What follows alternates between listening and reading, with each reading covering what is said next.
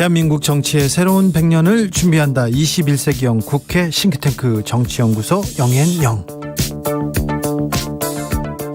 정치권에 보내는 고급진 정치 컨설팅, 오늘도 뜨겁게 분석해 보겠습니다. 정치는 데이터다, 정치는 과학이다. 박시영 TV 진행자 어서 오세요. 네, 반갑습니다. 박시영입니다. 아니다, 정치는 촉이다, 정치는 감이다. 최영일 평론가 어서 오세요. 네, 촉감 최영일입니다. 네.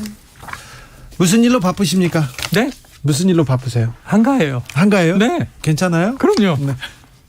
네, 요새 틀면 나오지는 않습니다. 아이, 그럼요. 네, 요새는 뭐 워라벨을 잘하고 있습니다. 그렇습니까? 네. 네. 모처럼 봐서 너무너무 좋습니다. 네. 그리고 진짜 오랜만에 봤네요. 박시영 진행자가 바쁘셔서 그렇지.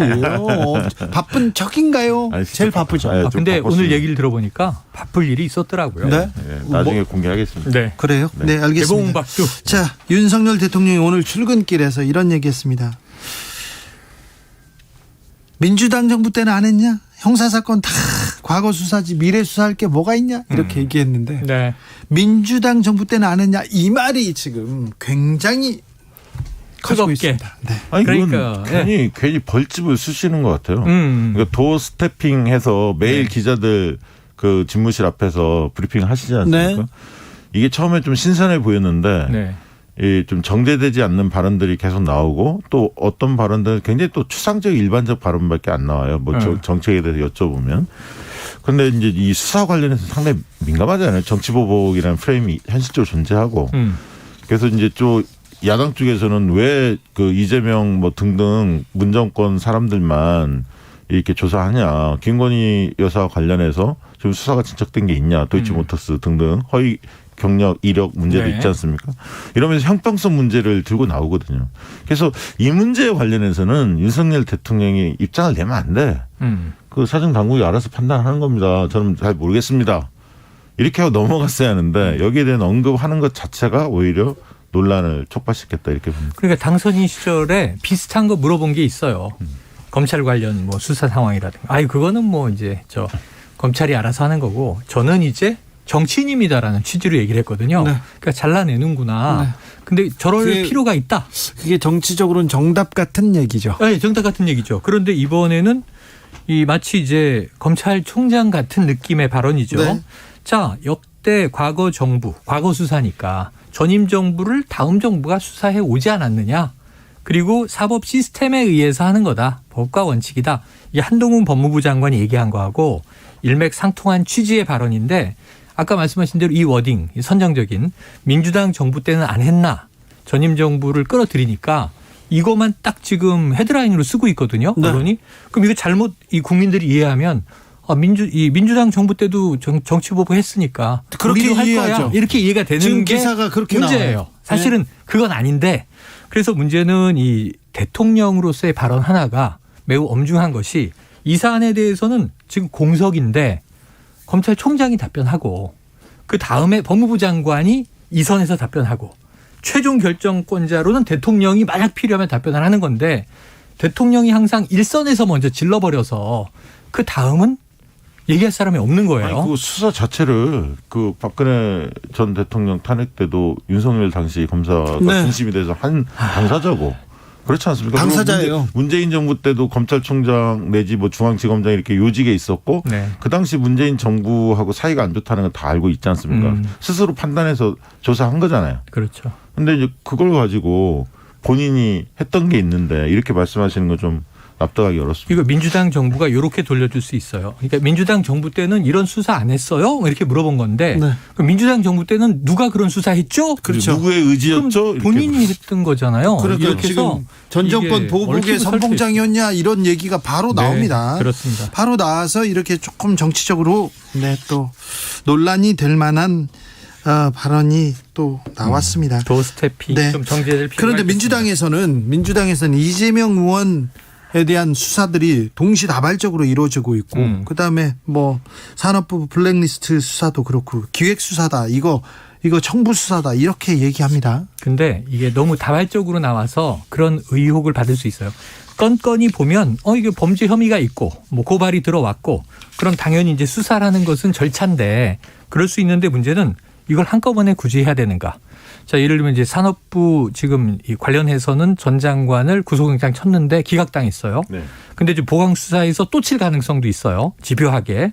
자, 거기에 또 박상혁 의원을 당시 청와대 행정관으로 처음엔 참고인이다 그랬는데 언론에는 피의자 신분으로 소환 조사할 것. 이렇게 나오는 상황에서 또 나왔어요. 정영애 전 여가부 장관. 여가부에서 이거 선거 전략 개발해 준 거 아니냐. 이런 걸로 지금 또 혐의가 이제 나오고. 그러니까 우상호 비대위원장 얘기는 하루 이틀 사이에 이렇게 다발적으로 나오는데 이 취임 한 달여 만에 그럼 이제는 이 전임 정부에 대한 칼날을 빼든 거 아니냐. 그렇다면 타고 올라가서 어디까지 가겠느냐.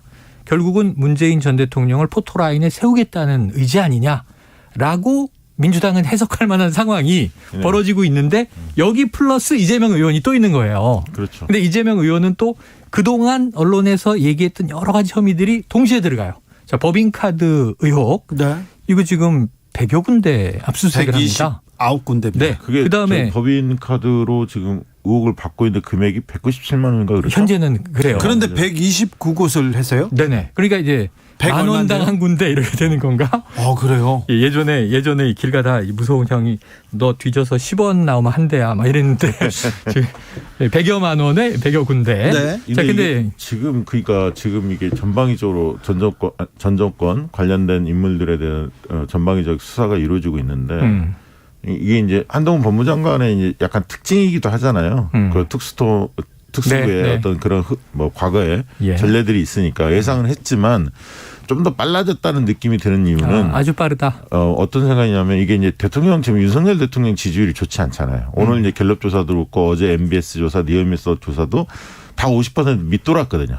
40% 후반대였단 말이죠. 그러니까 정권으로서는 굉장히 위기감을 느낄 거고 최근에 김건희 여사의 그 리스크 굉장히 커졌지 않습니까? 네. 그러면서 뭔가 이게 좀 보여줘야 이슈 하는. 전환도 필요하고 그런 측면에서의 뭔가 그 수사의 어떤 필요성, 당위성이 좀 더 빨라진 거 아니냐 그런 생각이 좀 듭니다. 근데 그것도 조금 이제 이 오류거나 패착일 수 있는 게 이 검찰 출신이기 때문에 이 수사나 어떤 이제 뭐 지지하는 국민들이 기대했던 공정과 상식 이런 부분에서 내가 잘할 수 있는 성과를 보여줌으로써 지지율을 끌어올리자 그럴 수도 있는데 네. 또 과반 가까운 반대했던 국민들 그 지지율이 지금 현재 국정 지지율이 말이죠. 선거 때랑 비슷하게 흘러가는 거예요. 지금 관망하고 있는 일부 국민과 문제 있다 반대하는 국민들 또 찬성 지지하는 국민들이 그냥 이 대선 때처럼 팽팽해요. 네. 쭉 그 라인이 가고 있는데 그럼 이제 민주당의 주장은 뭐예요? 검찰공화국 되는 거냐? 근데 안 그래도 검사 출신을 여기저기 많이 기용해서 인사 문제가 하나 있었는데 네. 자, 나는 수사로 성과를 보여드리겠습니다. 그럼 대통령 아니죠. 대통령 지금 경제정책이 나오고 있어요. 근데 대부분 감세로 가요. 네. 되겠는가 하는 이제 고민이 있고. 부자 감세 논란도 예, 그다음에 있고요. 이제 외교, 안보, 국방 이런 문제들 이게 대통령이 좀 강점을 가질 수 있는 지점들인데 지금 이제 뭐 나토 정상회의 이달 말에 가면 어떨지 모르겠습니다만 지금 들려오는 언론 보도를 보니까 김건희 여사 동행 가능성 있다. 네. 그게 안보전략회의인데 여사가 왜 동행을 하는 거지? 또 이런 문제. 그러니까 지금 어찌 보면 윤 대통령 도어 스태핑하고 김건희 여사 행보가 거의 매일 뉴스를 점유하고 있거든요. 네. 이거는 대통령 본인에게 굉장히 큰 리스크다. 아니, 그래서 일각에서는 조용한 내조가 아니라 요란한 내조다. 그런 아니, 어떤 좀 좋게 표현해 주세요. 활발한 내조. 그러니까 그런 혹평도 있다는 네. 거죠. 네. 호평? 혹평. 네. 이 문제와 더불어서 지금 전 정권 인사들에 대한 사퇴 종용 논란 이 부분도 커집니다. 한상혁 방통위원장 그리고 전현희 권익위원장 대통령께서 국무회의 굳이 올 필요 없는 사람들 이렇게 얘기했습니다. 네. 이거는 이게 파장이 뻔히 있을 줄 알면서도 얘기한 거 아닐까요? 지금 국면이 지금 그 아까 정영애 뭐 네네. 장관이라든가 전 여가부 장관. 예, 백운규 장관 다 이런 건들이잖아요. 관련된 과거에 게. 이제 이 환경부 장관도 그렇고. 네, 임기가 보장돼 있는데 임기 전에 사퇴 종용 뭐 이런 게 지금 의혹 아닙니까? 그런데 이런 발언을 했다? 그럼 분명히 이게 굉장히 논란이 될 거 뻔히 알면서도 왜 했을까? 이게 이제 궁금한 점입니다. 저는 뭐 국무회의에서 사실 뭐 비밀 대화를 하는 건 아니지 않습니까? 국정 전반에 대해 중요한 부분들을 이제 다룰 텐데 이제 그 전현희 권익위원장이나 한상현 방통위원장 문정권 사람들이거든요. 그럼 국민회의 아무튼 참여하는 것 자체가 좀 껄끄럽게 느껴지는 측면은 있을 거예요. 정서적으로는. 네. 그리고 그분들이 전 정권 문재인 정권에서 국무회의와 윤석열 대통령 하에서의 국무회의를 직접적으로 비교할 수 있는 유일한 사람들입니다. 이분들이.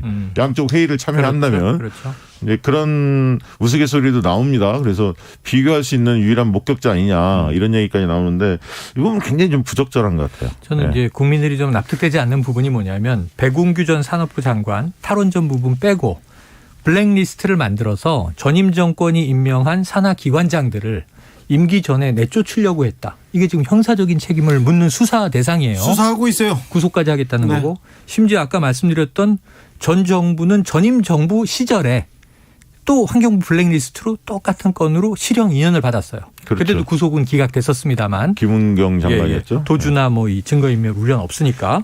자, 그런 상황인데 지금 다른 건 뭐냐 하면 무슨 장관이 산하기관장을 쫓아내려고 하는 걸 방송에 얘기하는 건 아니지만 집권 여당의 인사가 예를 들면 권성동 원내대표도 그렇고 공개적으로 적절치 않은 인물이니 이제 그만 나가야 줘야 되는 거 아니냐.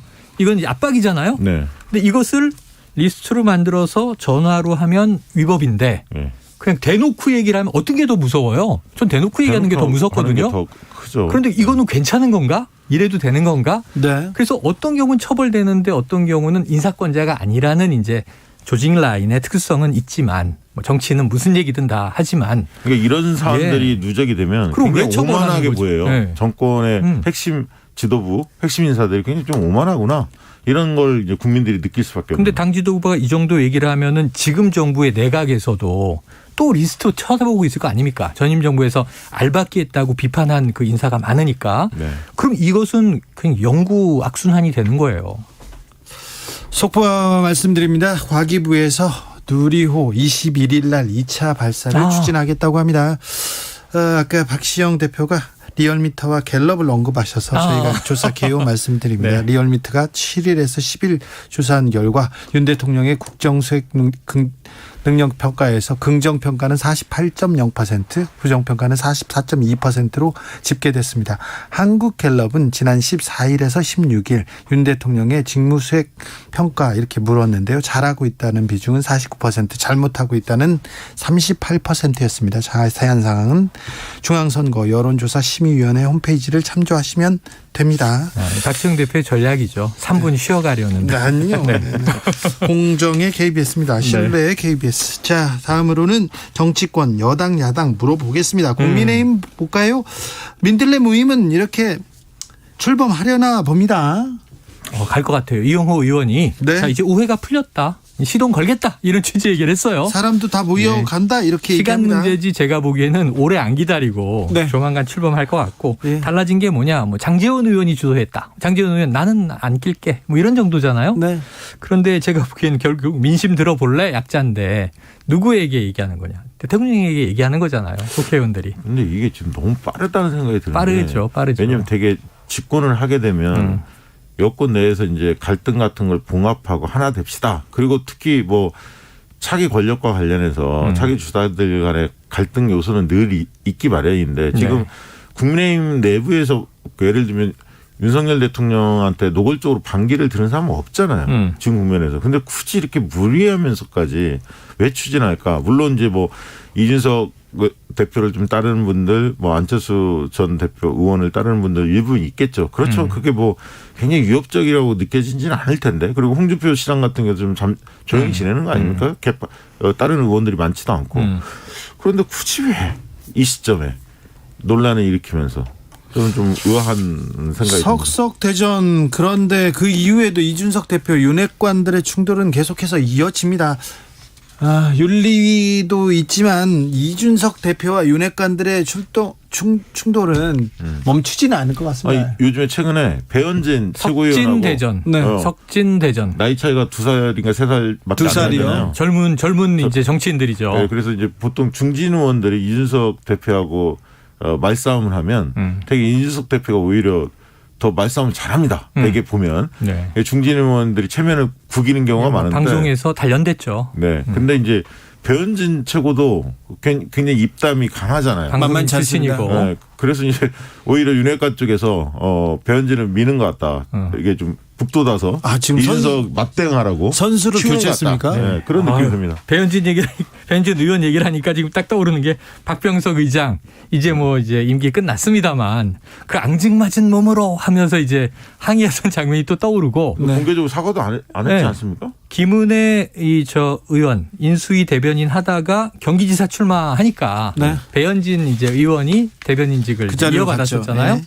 그런데 이제 그 대변인직을 하던 와중에 이제 그 일이 또 벌어졌던 건데 당내에서 지금 이렇게 서로 저격이 벌어지니까 더 살벌해요. 그래서 석석대전 이후에 지금 석진대전까지 오는데 그 밑에는 결국은 말씀하셨던 친윤그룹, 윤핵관 그룹과 이준석 대표의 독자 노선의 충돌이란 말이죠. 내년 6월 전당대회와 더 그 이후 총선의 공천권을 향한 싸움인데 자, 이준석 대표도 이제 물러날 것 같지는 않아요. 근데 지금 이 와중에 민들레 모임 말이에요. 이건 한 가지 꼭 말씀드리고 싶은 게 권성동 원내대표 얘기가 좀 맞다고 지지를 드리는 게 공식적으로 당정 기구가 네. 협의 기구가 있다. 있죠. 근데 대통령에게 따로 정치인들이 의원들이 민심을 전달해야 될 채널이 필요해요? 이게 또 비선 논란이잖아요, 결국은. 예. 그리고 또 두 번째로는 이준석 대표도 공식 기구를 통해서 이제 논의하면 된다. 당의 정책위도 있는 것이고. 네. 원래 고위 당정청 회의가 있어요. 당정청 회의가 지금은 이제 당정대나 네. 당정용이나 이렇게 불려야 되겠죠. 표현은 어떨지 모르지만 어쨌든 국무총리가 참석하고요. 여권에서 당대표, 원내대표 이런 분들, 정책위원장 이런 사람들이 참석을 합니다. 주무부처 장관도 들어오고. 장관들도 들어오고. 그래서 거기에서 주요 정책들 조율을 하거든요. 얼마든지 할 수 있습니다. 네. 5522님께서 경기가 어려운데 정치인들은 일 안 하고 싸움만 하는 것 같아요. 네, 그런 것 제발 같아요. 민생 경제도 좀 챙겨주셨으면 좋겠습니다. 이렇게 호소하고 계십니다. 원자 김님께서는 제발 약자 위한 정치 좀 해주세요. 살기 좋은 나라 만들라고 국회의원 만들어 놓았는데 속상합니다. 속상해 얘기합니다.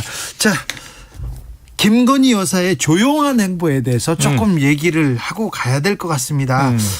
두 분께서는 김건희 여사의 행보 어떻게 보고 계십니까? 어떻게 보세요? 저는 아까 이야기 드렸으니까 네네. 말씀하시죠. 아까 요란한 활발한 이런 수식어가 등장했는데 김건희 여사의 행보를 멈추기 어렵습니다. 사실은 본인 스스로가 그건 이제 허위 경력 이력 문제 때문에 대국민 사과를 하면서 자, 남편이 대통령이 되더라도 그땐 가정할 수밖에 없죠. 이 조용히 뒤에서 내조만 하겠습니다 하는 얘기를 했는데 사실은 내조의 이 범위를 따지기도 어려워요. 그렇죠. 과거 영부인의 경우에는 네. 예를 들면 내조로 하는 게 그냥 우리가 생각하는 의식주의 가사노동이 아니잖아요. 이 대통령의 배우자 입장에서는 그게 그럼 사적 모임에만 동행을 하는 거냐? 지금 예를 들면 바이든 대통령 만났고 박물관도 이렇게 가이드를 했습니다. 취임식 때 등장했죠. 다 공식적인 행보예요. 그런데 권양숙 여사가 상당히 칭찬하고 분위기 좋았어요. 봉화에서 얘기할 때. 야, 취임식 때 그 대통령 뒤에서 따라가는 모습 보기 좋았다. 그 또 행사 때 빗물 닦아주는 모습도 보기 좋더라. 그런 게 일종의 어찌 보면 좀 이 국민들에게 비치는 이미지로서의 내조. 대통령이 옆자리를 지키면서 챙겨주는. 근데 문제는 거기서 더 나가서 최근에 김건희 여사의 행보는 독자 행보예요. 봉화마을 혼자 갔고 수행원 4명하고 그리고 이제 엊그제 이순자 씨 만났고 그다음에 이제 이 국민의힘의 중진 의원의 부인 11명과 회동을 했고 대통령과 관계 없는 거거든요. 그런데 연희동 갔을 때 기자들이 물어보잖아요. 대통령의 메시지 가지고 오셨습니까? 이미 공식적인 존재로 인식되는 거예요. 이미 공식 인사죠. 네. 그럼 이제 이런 부분들에 있어서 이것을 통제할 수 없어요. 계속 할 거예요. 빈도는 줄일 수 있겠지만 나토도 같이 가고. 자, 그러면 이제 이런 부분에 있어서는 공식적인 수행팀을 붙이는데 자, 여기서 이제 그 당내 갈등이 있다. 전 갈등 아니고 제2부속실이라는 표현을 쓰면 공약 폐기니까 그렇게는 안 돼. 근데 공식 수행팀을 붙이자는 얘기까지는 양쪽 얘기도 똑같고 민주당의 조언도 똑같고 네. 전문가들의 조언도 똑같고. 근데 문제는 여기서 공식 팀을 안 붙인다면 그 이유는 뭐겠는가가 국민들이 굉장히 의아해할 문제다. 저는 사실 이 본질적 문제를 다뤄야 한다 봅니다. 그런 어떤 부속실을 형식적인 문제 만드냐 말고. 안 만드냐. 부속실 당연히 만들어야죠. 그리고 거기에 그럼 누가 과연 부속실 그 직원으로서 수행원들이 되는가. 수행을 하거나 쓴소리를 하거나 아무튼 행보에 대해서 입 바른 소리를 할 거냐 이것도 네네. 중요한데 어떤 인사들이 참여할 건가. 그런데 보다 근본적인 건 뭐냐면 조용한 내주를 왜 선택했습니까 과거에? 비리 의혹이 있었지 않습니까? 본인도 시인한 게 있고 허위 이력이나 경력 관련해서 인정도 했고요. 그다음에 그 뒤에 도이치모터스 사건 관련해서 지금 주가 조작 사건 관련해서 수사가 진행이 안 되고 있잖아요. 눈치 보고 있는 거 아닙니까 사실 검경이 다. 근데 법률가 출신이잖아요 대통령이. 법업할 평등해야 하는 거 아닙니까? 그런 상황에서 지금 자숙할 때지 영부인이 막 그렇게 활개치고 활동을 적극적으로 할 시점인가. 저는 그 부분 때문에 국민들이 지금 우려 섞인 반응을 보인다고 봅니다. 여론조사에서 사실 해보면 그렇게 나오거든요. 조용한 내주를 더 선호하는 견해들이 높단 말이죠. 민주당으로 가보겠습니다. 민주당은 당내 갈등 어떻게 풀어야 할까요? 그리고 선거 국면에서 등장했던 개딸 그 이후에 팬덤 정치 해법은 무엇일지 민주당의 고민도 깊은데요. 네, 저는 이게 좀 아까 지금 얘기한 본질을 봐야 한다. 형식을 보지 말고 민주당이 지금 혁신 문제에 똑같이 적용을 해보면 형식은 뭐냐면요.